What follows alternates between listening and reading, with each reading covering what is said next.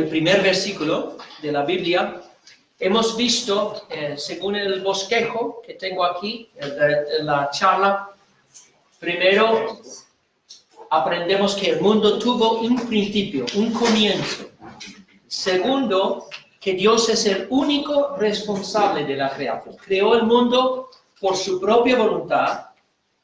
Y tercero, que creó el mundo por el ejercicio de su poder majestuoso como Dios.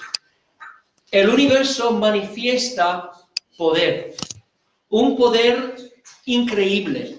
Los científicos nos dicen, por ejemplo, que en nuestro Sol, que está, ni siquiera se considera una estrella grande, es una estrella mediana o normal, hay estrellas muchísimas más grandes que el Sol, pero que en cada segundo, pues hay no sé cuántas, el equivalente de miles de explosiones atómicas ocurriendo cada segundo en el Sol.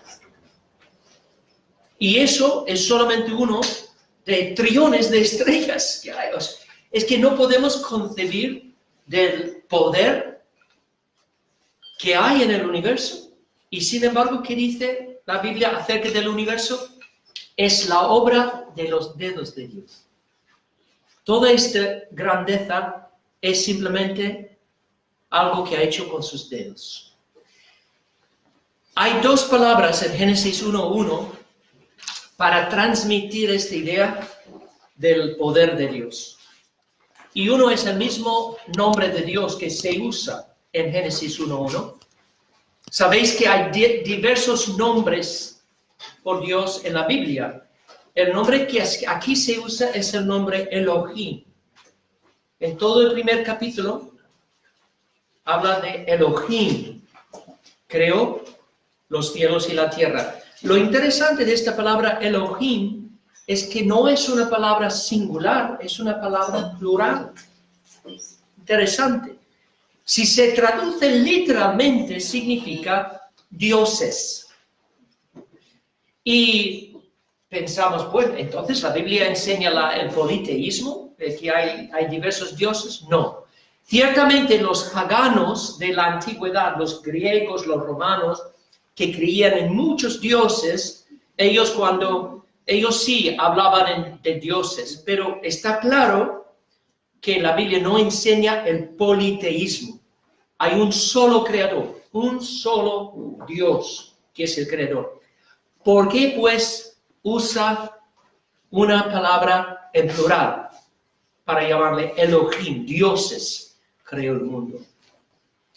Pues muchos creen que lo que tenemos aquí es un ejemplo de lo que se llama un plural de majestad o un plural de intensidad, porque es la forma de un sustantivo para decir todo lo que Dios es en sumo grado.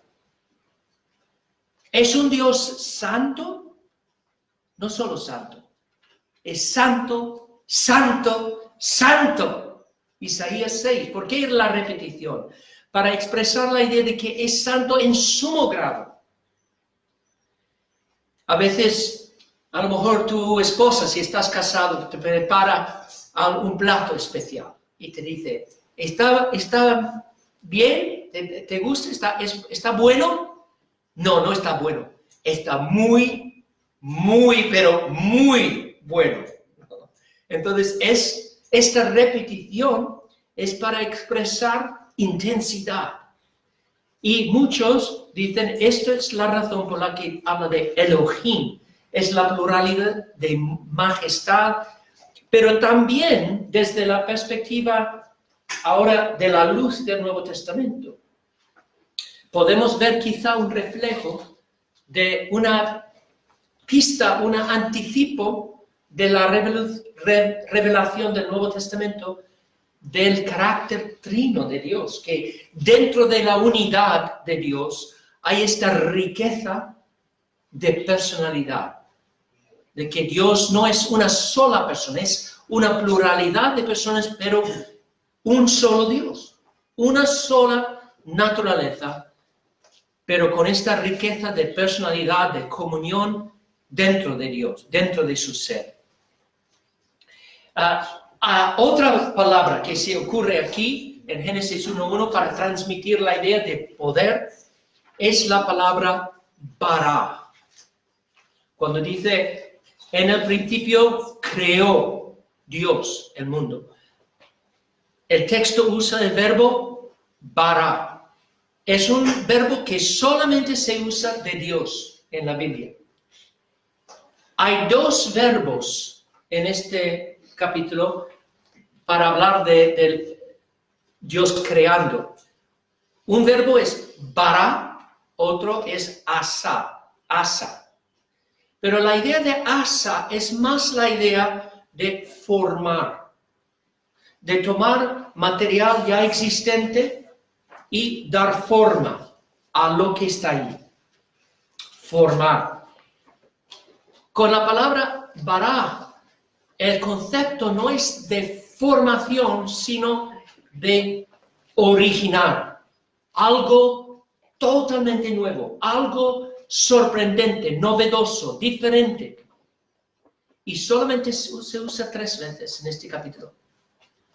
En Génesis 1:1, cuando Dios crea todo, para algo nuevo. Luego, cuando por primera vez crea los animales. Cuando en el 5.º día crea los animales marinos. ¿Por qué bara? Porque Dios está creando algo totalmente nuevo, que es vida consciente. Antes en la tierra había vida porque había plantas, ¿no? Dios cubrió la tierra con la hierba, con plantas en el 3.er día. Pero en el 5.º día, por primera vez, Dios crea seres vivientes conscientes. Crea animales y se usa bara. Y la 3.ª vez, cuando se usa bara, es cuando Dios crea al hombre, a su imagen y semejanza. Una criatura que va a reflejar a Dios mismo de forma muy especial. Entonces, esto es lo que el texto Génesis 1 está afirmando. Y por supuesto, el ateo se burla de todo eso. ¿Cómo podéis creer que hay un ser que ha creado todo eso? Pero luego el ateo tiene el problema de explicar cómo el mundo está aquí. Y cómo el mundo exhibe tanta inteligencia, tanto diseño. Porque mira, este mundo no es un caos. Este mundo tiene orden. Tiene leyes que gobiernan el funcionamiento de todo. Hay orden, hay estructura, hay belleza. Hay belleza increíble en este mundo. Hay inteligencia. Hay seres como Beethoven y Mozart y Einstein. Y el ateo tiene que explicar cómo está todo esto aquí. Entonces muchas veces el ateo tiene que explicarlo y inventa explicaciones que para mí parecen más increíbles que decir Dios lo creó. Entonces la teoría...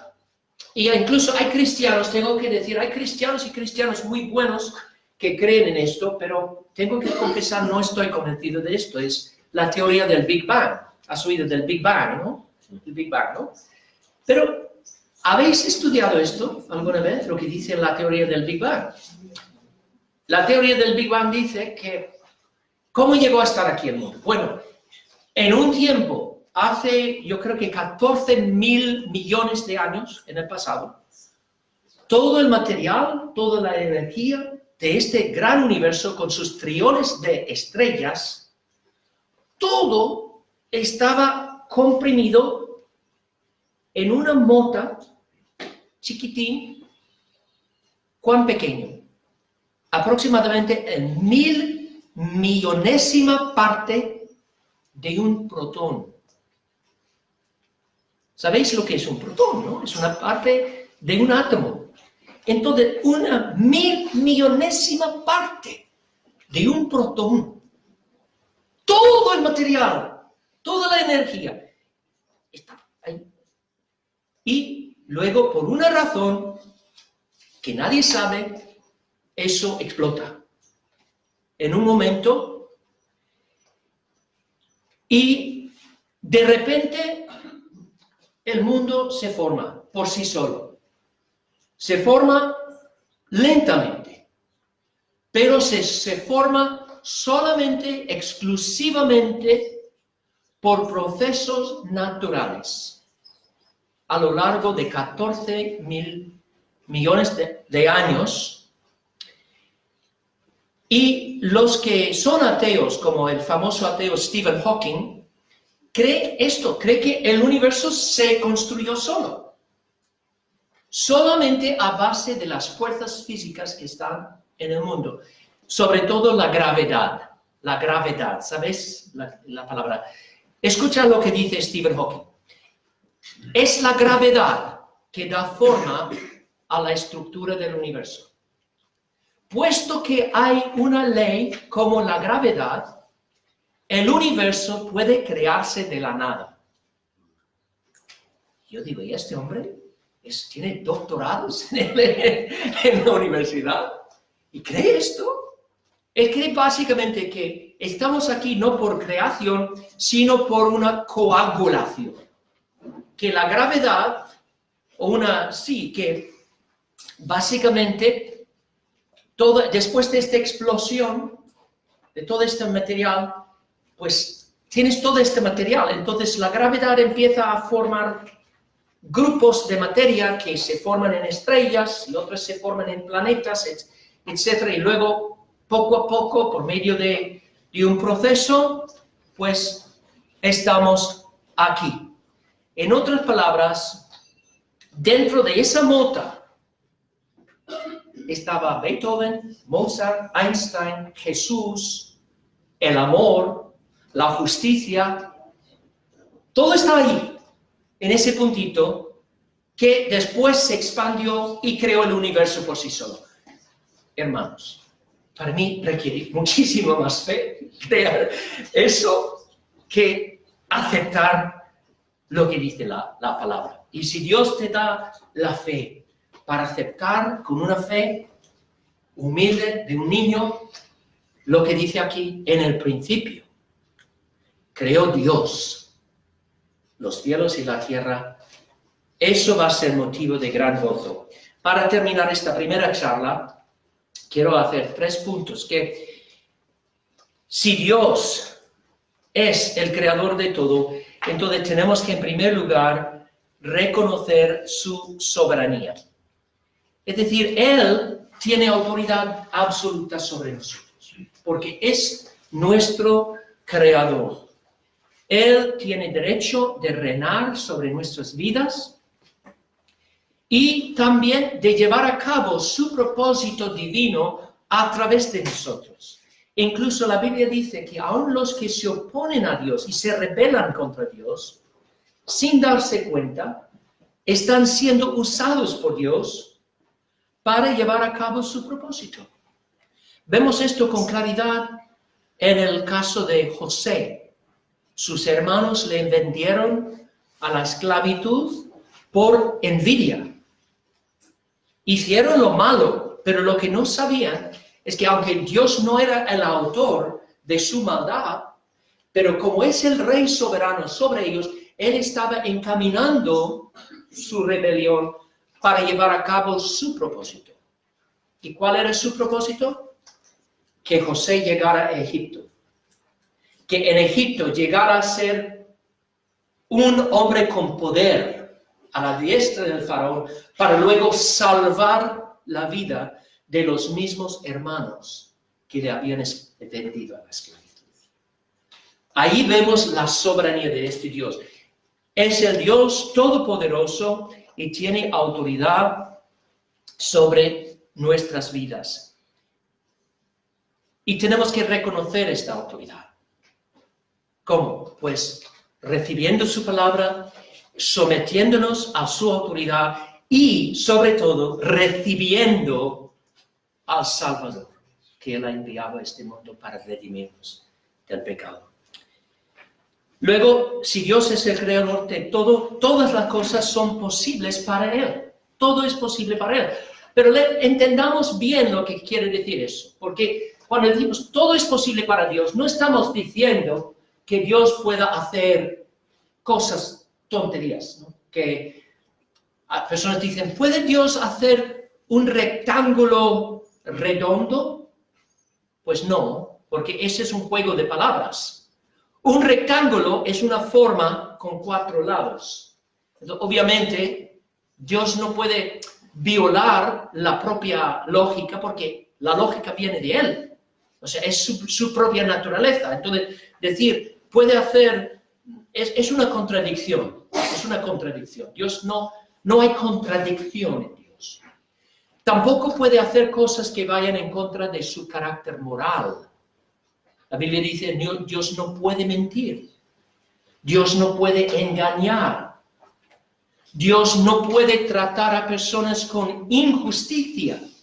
Ninguno va a poder acusar a Dios de trato injusto. Dios es, dice la palabra, bueno para con todos. Dios muestra su bondad a todos y Dios trata con justicia. Nunca vas a poder atacar a Dios como un ser malvado.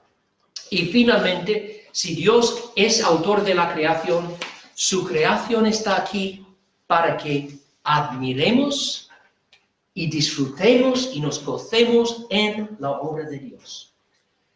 La Biblia, y vamos a ver ahora esto, que es un punto muy importante, que es que la Biblia tiene un concepto muy positivo de la creación, que está en contraste con el concepto de otras religiones. Por ejemplo, en el hinduismo no cree en un creador personal. Cree que el universo mismo es Dios, que el universo es como un espejismo. No sé si esta palabra existe, mirage, sí, porque el hinduismo dice que Dios es el único que existe y que lo que vemos, el mundo a nuestro alrededor, es un mirage, ¿no? Es como, es una manifestación temporal de Dios. Es como, por ejemplo, pensar en el mar. El mar es una cosa, pero hablamos de las olas del mar, las ondas o las olas del mar. ¿Qué son las olas? No son cositas separadas, es una manifestación del mismo mar. Una manifestación temporal que aparece y desaparece. Pero todo es uno, todo es uno. Pues este es lo que dice el hinduismo. Entonces, ¿qué hace el hindú? Pues medita, trata de ir más allá de la ilusión, de la mirage, que está distrayéndole de ver que Dios es el único que existe.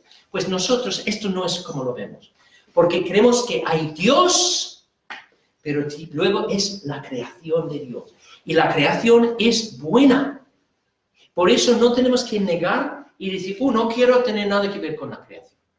No, la creación está aquí. Vamos a ver que Dios, de hecho, da al hombre el mandato de explorar, de utilizar, de sojuzgar la creación para su propio disfrute, su propio beneficio. Vamos a ver esto.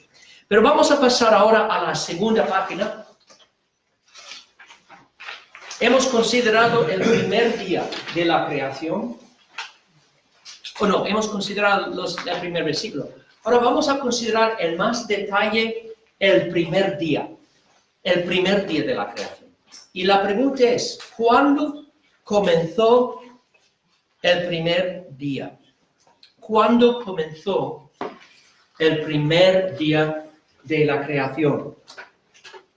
Hay muchas personas que piensan que el primer día comenzó cuando Dios dijo en el versículo 3, sea la luz. Porque piensan, bueno, el día empieza con el amanecer, cuando la luz empieza, ¿no? Entonces, dicen que los primeros 2 versículos, 1 y 2, describen lo que pasó antes del primer día. O sea, Dios creó, la tierra está ahí en oscuridad, pero luego Dios dice, sea la luz. ¿Cómo se dice en portugués? Haja luz. Haja luz. Entonces, muchos piensan, es cuando el primer día comienza. Pero yo pienso que no es así. Yo creo que el primer día comienza en el primer versículo. Cuando dice, Dios creó los cielos y la tierra. ¿Por qué digo eso? Pues mira Éxodo 20 y el versículo 1.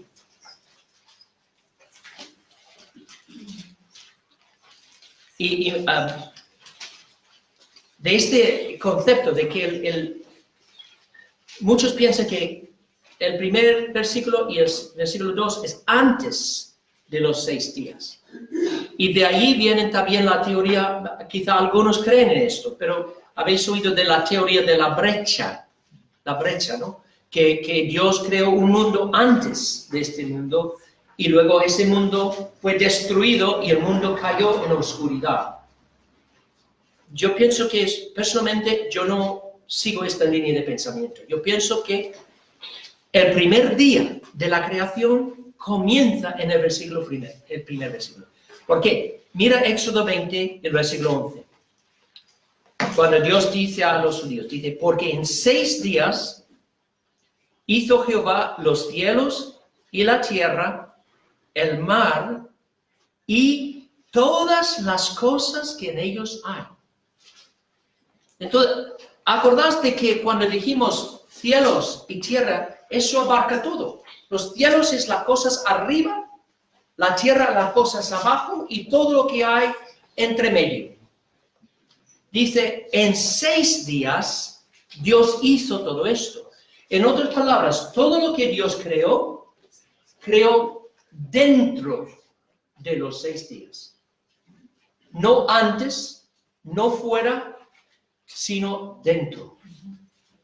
Entonces, los 6 días abarca todo el tiempo de la creación.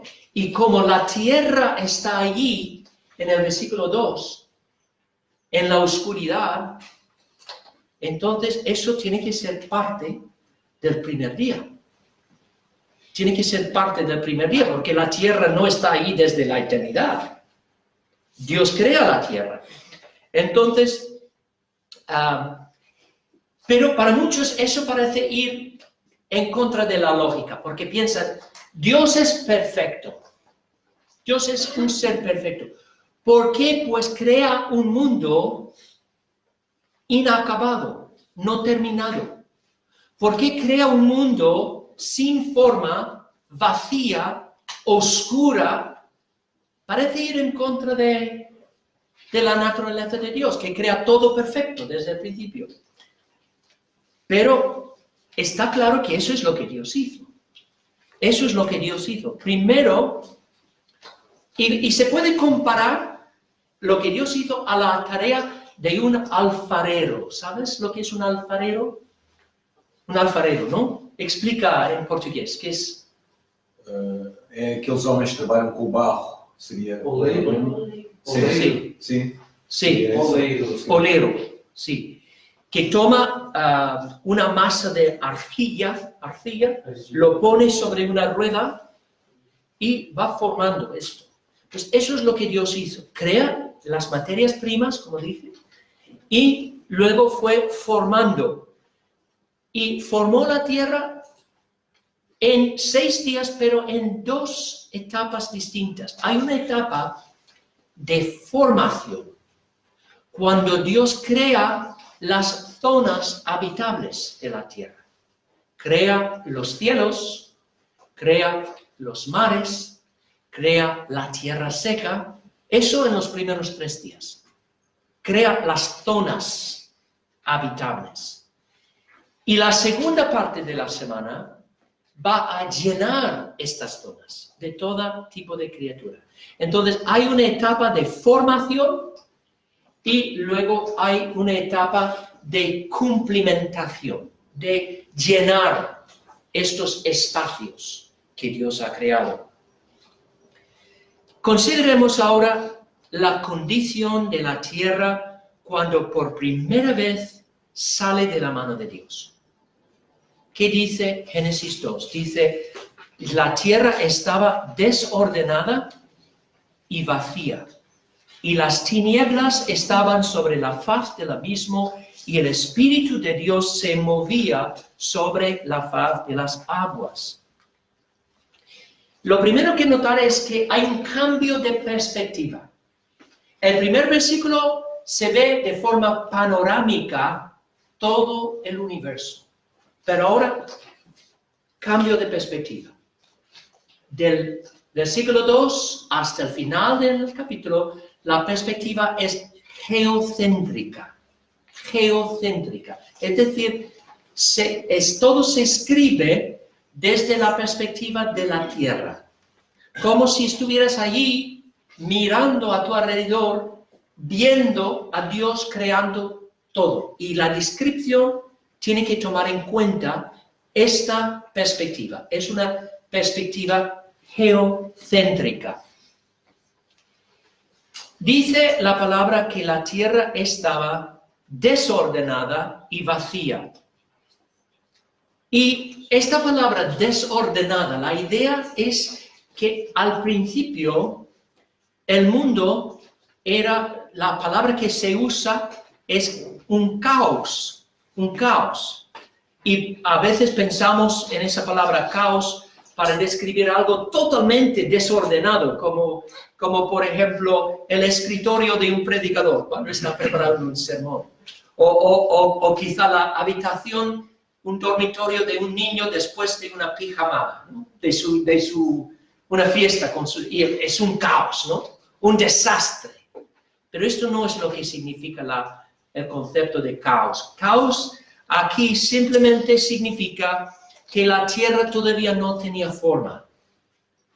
No estaba terminada, no estaba acabada. Era un caos en el sentido de que no había allí todavía nada definido. No había belleza. Y al mismo tiempo, dice la tierra estaba vacía. Vacía. No había ninguna criatura de ningún tipo ahí. Pero si tú o yo hubiéramos estado allí, no habríamos visto nada. No habríamos visto el caos ni el vacío, porque también la tierra estaba cubierta de oscuridad, de tinieblas. Totalmente envuelta en oscuridad. Dice que las tinieblas estaban sobre la faz del abismo. Esta palabra abismo, no sé en portugués, que es el mismo, es la palabra común en el Antiguo Testamento por océano. Entonces, yo pienso que lo que está diciendo es que cuando Dios creó este planeta, al principio, la Tierra, el planeta estaba aquí, pero estaba completamente cubierto de agua. Completamente cubierto de agua. Y envuelto en una faja de oscuridad densa. Hay personas que piensan que al principio el agua y la tierra sólida estaban mezcladas como un batido de chocolate, ¿no? Y que Dios luego separó, pero como la palabra abismo simplemente significa o se refiere al océano, yo pienso que fue así. Un escritor que se llama E.J. Young dice, la imagen presentada aquí es de una tierra cubierta de agua, una vasta profundidad. Y sobre esa profundidad había una oscuridad. Me viene a la mente la imagen de Éxodo 10, cuando Dios envió una plaga de oscuridad a la tierra de Egipto. Y dice, hubo densas tinieblas sobre la tierra de Egipto por 3 días. Ninguno vio a su prójimo, nadie se levantó de su lugar en 3 días, mas todos los hijos de Israel tenían luz en sus habitaciones.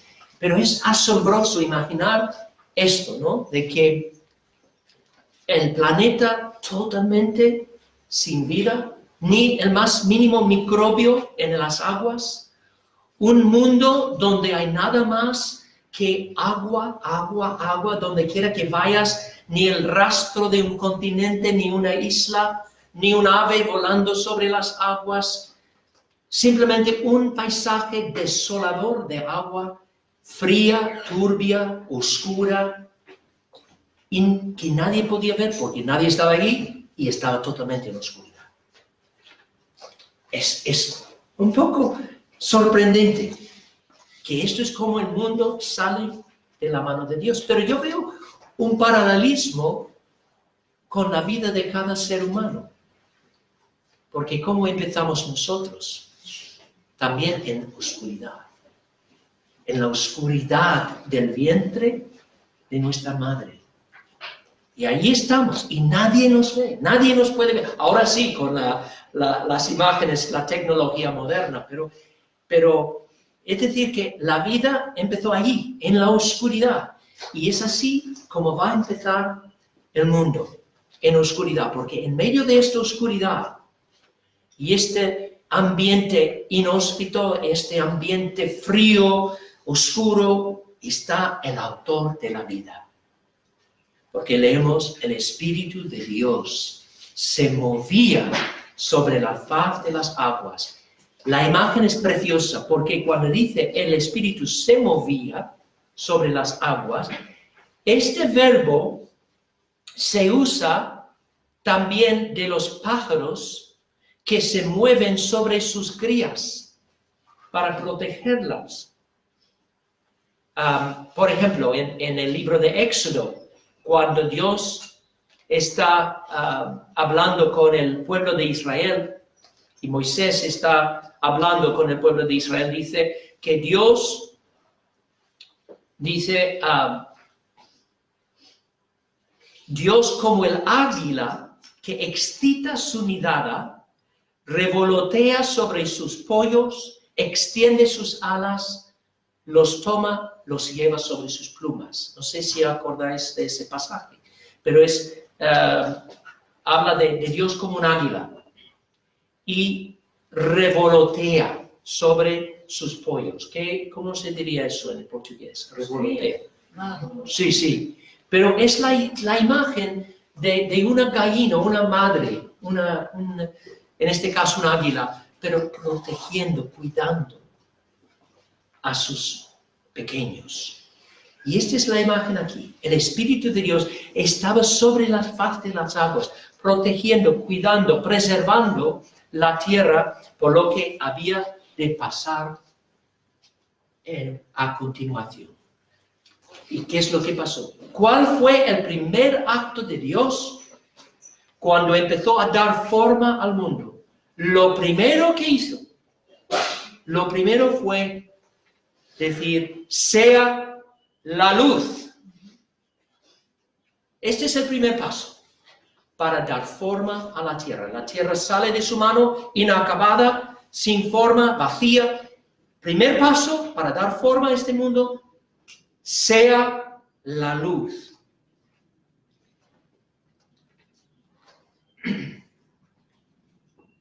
Entonces, espera un momento. Cuando dice Dios dijo, obviamente Dios no es un ser con órganos vocales. Entonces, tenemos que también tener cuidado aquí de interpretarlo como si tuviera órganos vocales. Dios es un espíritu, puro espíritu. Entonces, no podemos comprender la forma en que Él dio este orden, pero está transmitiendo el lenguaje que por un acto de voluntad, Dios en un momento dio el orden, sea la luz. Y la tierra que había estado en oscuridad, de repente se ve todo, y se ve que es un lugar desolado, Y entonces Dios crea la luz. Y la luz fue. Pero después leemos algo muy importante. Dice aquí, y vio Dios que la luz era buena. Quizás leemos esto y no pensamos mucho en esta expresión, pero es importantísimo. Dios vio que la luz era buena. Y 7 veces en este capítulo va a repetir esta frase. Dios vio que lo que había creado era bueno.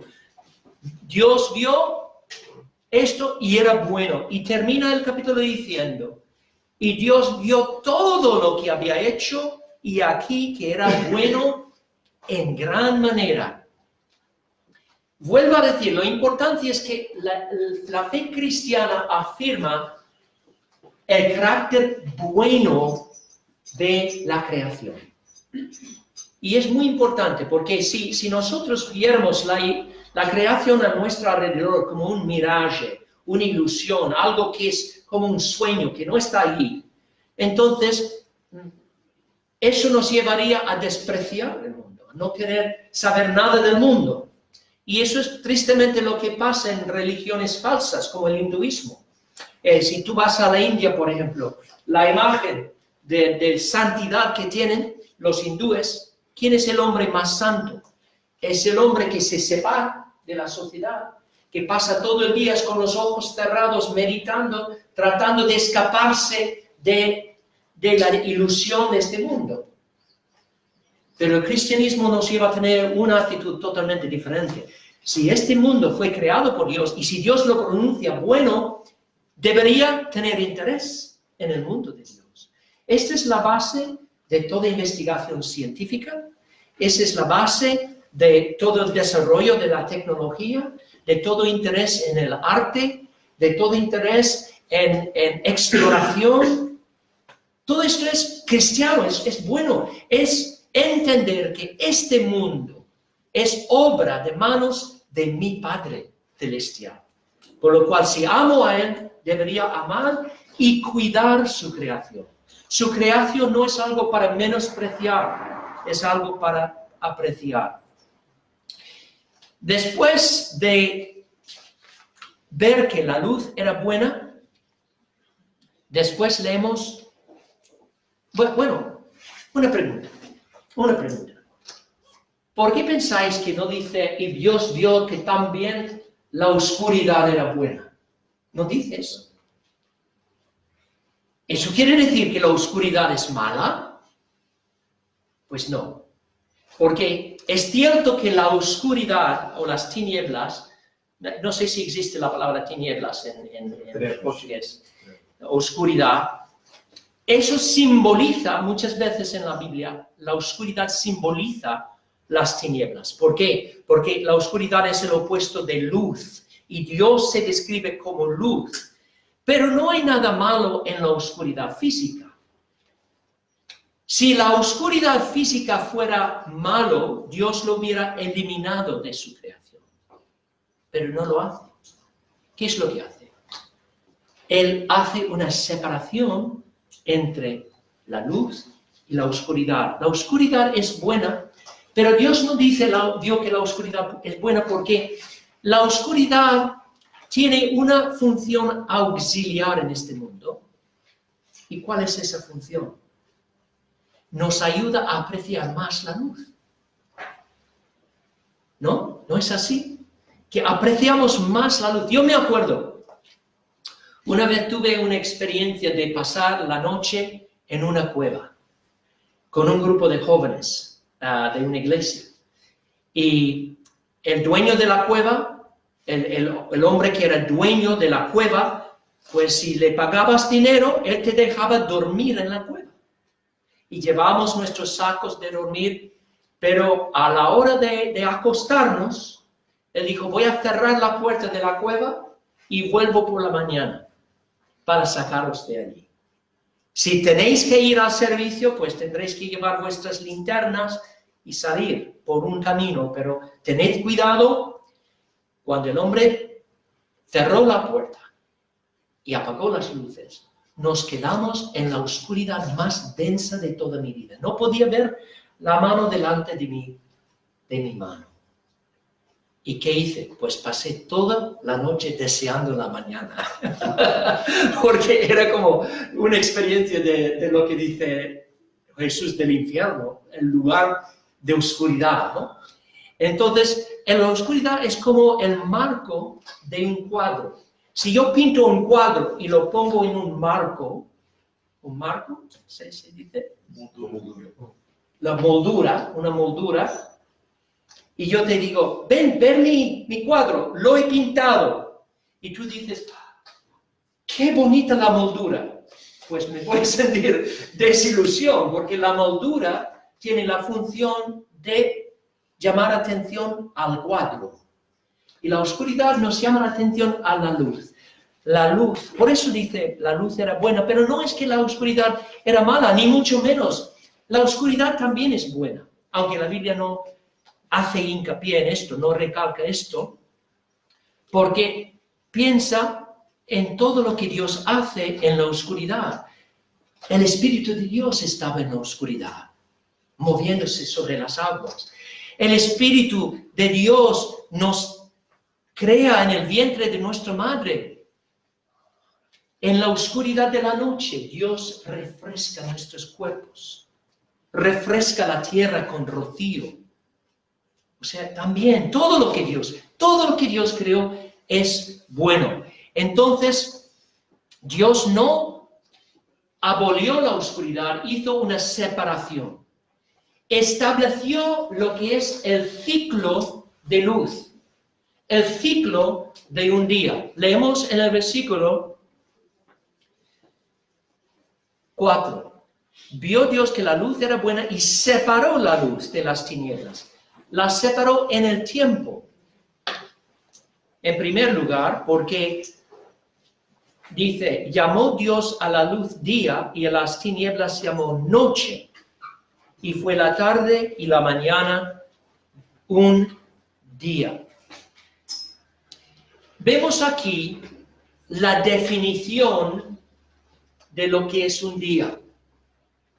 No sé si lo habéis notado, porque una pregunta que se debate mucho cuando se habla de Génesis 1 es, ¿cuál es el significado de la palabra día? Cuando Dios habla de día, ¿cómo se define un día? Pues yo creo que está bastante claro en el versículo 5. De hecho, en el versículo 5 se usa la palabra día en dos sentidos distintos. La palabra día puede referirse al periodo de la luz. Dice llamó Dios la luz día. Entonces, el periodo de luz que experimentamos es el día. Pero luego dice, y las tinieblas llamó noche, y fue la tarde y la mañana un día. Entonces, hay dos sentidos en el cual versículo 5 habla de día. El periodo de luz o el periodo compuesto de luz y tinieblas, de día y noche. En otras palabras, un día, en mi opinión, lo que la Biblia está enseñando es que un día es el periodo compuesto de un solo ciclo de luz y tinieblas. Igual que los días que experimentamos nosotros ahora, en un periodo de 24 horas, que en un periodo de 24 horas hay luz y hay tinieblas. Y en 6 periodos, así, 6 ciclos de luz y tinieblas, Dios creó todo. Esto es como yo entiendo esto.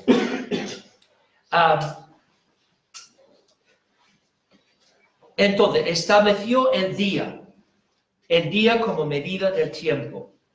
Pero quiero terminar, y si me permites 5 minutos más, terminar concluyendo sobre la importancia de que la luz fue la primera cosa que Dios creó. ¿Por qué es importante? Porque creó, de todas las cosas, lo primero que creó Dios fue la luz. Yo creo que era como desde el principio poner su firma a la creación. Estaba diciendo, esta creación es su asignatura, ¿no? Esta creación es obra del Dios de luz. Y creó la luz para anunciar, para proclamar de quién es este universo. Pertenece al Dios de luz, porque de todas las cosas que Dios creó, quizá lo que más reflejo se asemeja o simboliza su naturaleza es la luz. La Biblia dice, Dios es luz. Dice, Dios es amor. Y dice, Dios es luz. Ahora, cuando Dios creó la luz, esto no es decir que la luz es Dios. No, la luz no es Dios. La luz que Dios creó es luz creada. Pero Dios es luz eterna, luz espiritual. ¿Y cómo es su naturaleza semejante a luz? ¿Qué hace la luz? Pensemos un momento. ¿Qué hace la luz? Primero, la luz hace todo visible y claro. En la oscuridad se puede esconder muchas cosas. ¿Os acordáis de la historia de Jacob y cómo su tío Labán le engañó? Él quería casarse con Raquel, amaba a Raquel, pero Jacob quería darle primero a Lea. Entonces, ¿qué hizo? Pues bajo la oscuridad de la noche, bajo la oscuridad del velo, le entregó a Jacob a Lea. Y durante la noche, él no se daba cuenta de que su tío le había engañado. Pero cuando amaneció el sol y cuando se quitó el velo, se dio cuenta. La luz hace todo visible, hace todo claro. Y esta es la naturaleza de nuestro Dios. Él es luz porque hace todo claro. Nos dice la verdad, no nos engaña. Nos muestra las cosas tal y como son. Segundo, la luz es pura. La luz tiene un efecto destructor sobre lo impuro. Se usa la luz, por ejemplo, para matar bacterias. La luz es misteriosa. Nadie sabe qué es la luz. ¿Sabes eso? Incluso los científicos no pueden explicar exactamente qué es la luz. Han hecho muchos experimentos para ver si la luz es, si es una materia. A ver, la palabra es materia, ¿no? Si es una sustancia, mejor dicho, una sustancia material, o si es una onda, como una onda de electricidad, ¿no? Entonces, han hecho experimentos. A veces la luz parece ser una sustancia material, pero hacen otros experimentos y dicen, no, es una onda. Y no pueden explicar esto. ¿Cómo puede comportarse como una onda y al mismo tiempo comportarse como una sustancia material? Es misteriosa. Dios es misterioso. No podemos explicar su naturaleza. Pero la luz es beneficiosa también. Nos beneficia. Qué terrible sería vivir en este mundo sin luz. Me da pena cuando yo he conocido a personas ciegas, ¿no? Que no pueden ver. Y es una tristeza, ¿no? Pasar por la vida sin poder ver. No sé si habéis oído de la autora de himnos, Fanny Crosby, que escribió muchos himnos, ¿no? Y era ciega. Si tú lees sus himnos, está constantemente hablando de sus ojos siendo abiertos. Dice, cuando llegue al cielo, lo primero que veré será el rostro de mi Salvador.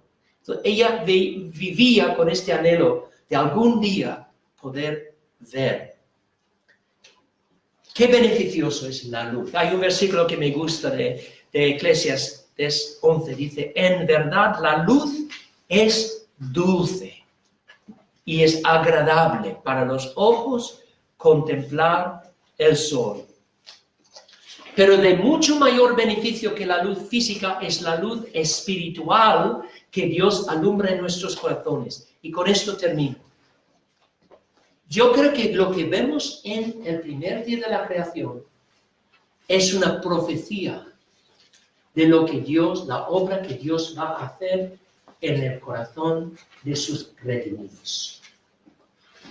Por eso Pablo dice en 2 Corintios 4:6, cuando está hablando de la obra que Dios hace para salvarnos, dice esto, haciendo referencia a Génesis 1, dice, porque Dios que mandó que de las tinieblas, la oscuridad, resplandeciese la luz, es el que resplandeció en nuestros corazones para iluminación del conocimiento de la gloria de Dios en la faz de Jesucristo.